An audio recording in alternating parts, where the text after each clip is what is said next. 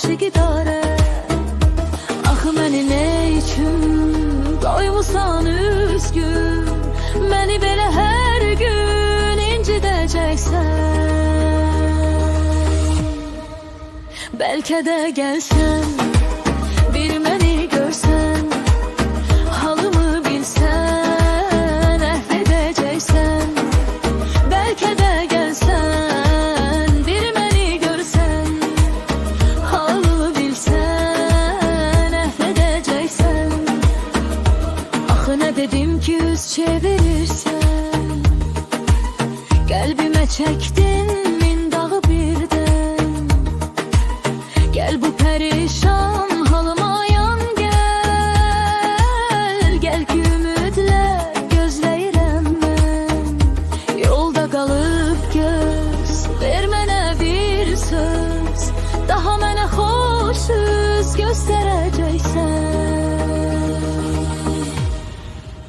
Bəlkə də gəlsən, bir məni görsən, halımı bilsən, əhv edəcəksən. Bəlkə də gəlsən, bir məni görsən, halımı bilsən, əhv edəcəksən.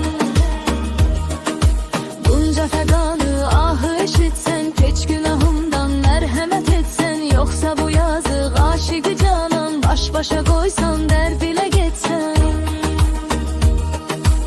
Qəlbimə dərhal dərd salacaq hal, mən deyəcəm qal, sən gedəcəksən.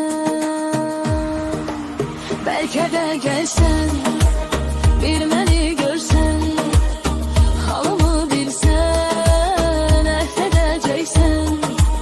Bəlkə də gəlsən, bir məni görsən, halımı bilsən, əhv edəcəksən.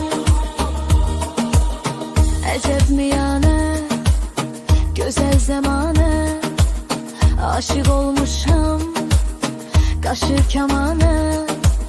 İndi xəyalım, indi kədər be, hər biri doğma, hər biri həmdən.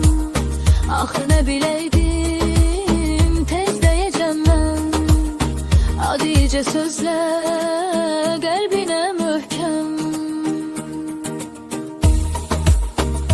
Küsüb sözümdən, səhv bir əzimdən, gözünü gözümdən gizlədəcəksən.